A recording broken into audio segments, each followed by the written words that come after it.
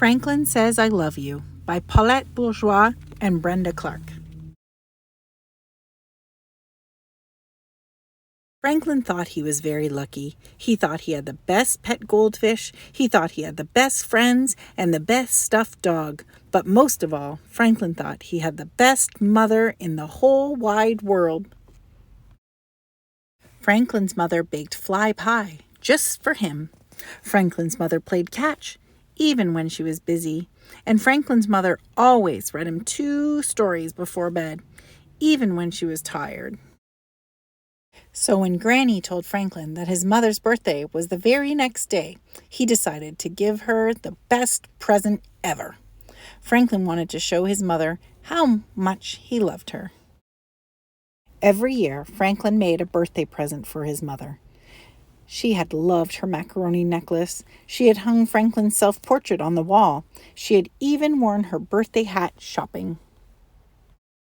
This year, Franklin decided to buy his mother something fancy. He emptied his piggy bank and went to town.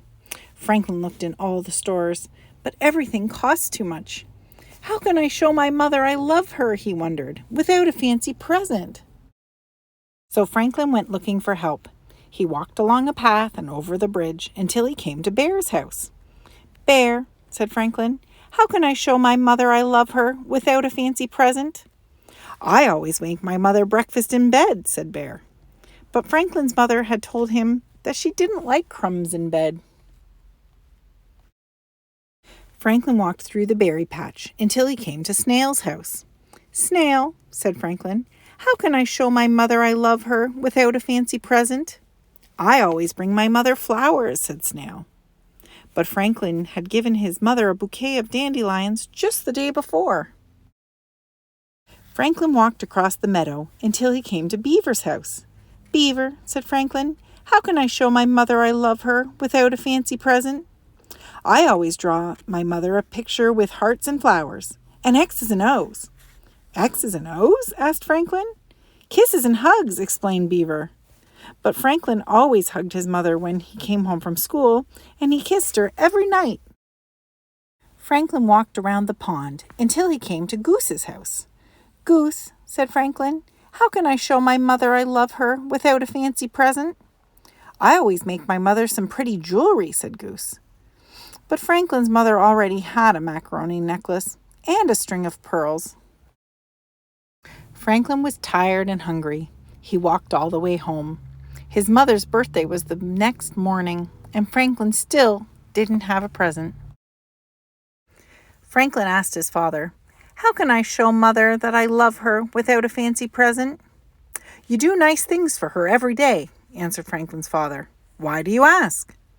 "Because tomorrow is her birthday," said Franklin. His father looked surprised.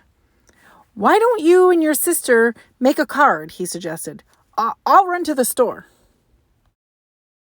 Franklin helped Harriet make a card, but he did most of the work. Sometimes he wished he could be little like Harriet.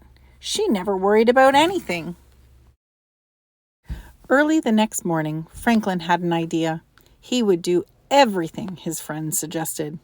He made his mother a pretty brooch. He drew her a picture with double X's and O's. He cut fresh flowers from the garden. And he put her breakfast on a tray. Franklin tried his very best. Franklin and Harriet sang happy birthday to their mother. Then she ate her breakfast in bed and brushed away the crumbs. She pinned her brooch on her pajamas. She said she loved Harriet's card, Franklin's picture, and the toolkit from Franklin's father. "You've made this a wonderful day," said Franklin's mother. But Franklin wasn't finished giving presents. He had planned one more thing, something he'd thought of all by himself. Franklin gave his mother a hug and a kiss, and then he said, "I love you."